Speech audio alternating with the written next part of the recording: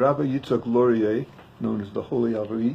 Some say this nickname, Ari, Aleph Resh Yud, stood for Eloki Rabbi Yitzhak, the godly Rabbi Yitzhak.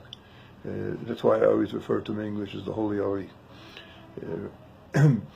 In later years, that name was a little too much for, that explanation was a little too much for people, and they say it refers to Ashkenazi Rabbi Ari. Because Sfat was a Sephardic town, and while his mother was Sephardi, his father was Ashkenazi, so he's officially Ashkenazi, and he was known in Sfat as the Ashkenazi. Be that as it may, he was born in Jerusalem, and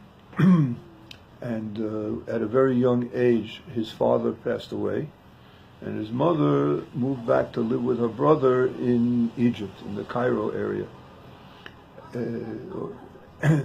And there he married his cousin, that is the daughter of his mother's brother, and lived a life of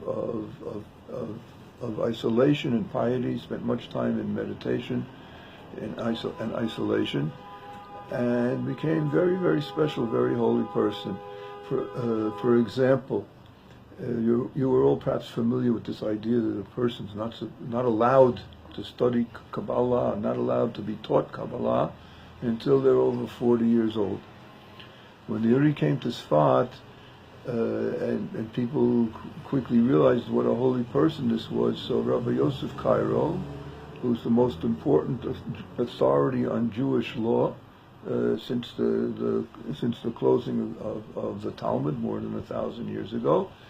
The Shulchan Aruch is, by the way, was composed here in Sfat. There weren't just Kabbalists here. There were some of the greatest sages of the Jewish people at the time. So Rabbi Yosef Cairo used to beg the Holy Ari to teach him Kabbalah, and the Ari always refused. He said, "Your job is in halacha." Why am I mentioning this? Rabbi Cairo at that time was the chief rabbinical judge in Sfat, and the most respected Jewish law authority in the world. He was 70-something years old. And the Holy Ari at that time was 38 years old. So shouldn't Rabbi Cairo have been telling him, "Young man, you shouldn't be studying Kabbalah, and you're teaching Kabbalah, what a chutzpah." No.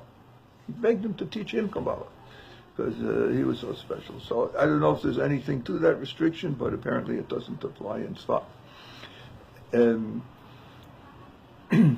Actually, the Ari only lived here for about 3 years. He passed away at a young age. He felt but he said his mission in life was fulfilled. He taught Rabbi Chaim Vital, who was the only student he permitted to write down his teachings. What we know of what's called Kisvei Arizal, the writings of the Arizal, should really be called the teachings of the Arizal, because the Arizal didn't write anything down. It was Rabbi Chaim Vital that wrote everything down, and from him we know about the great, amazing teachings of the Ari. So if you want to find out more about it, so come to Sfat, check in at Ascent, and we'll see what we can do for you.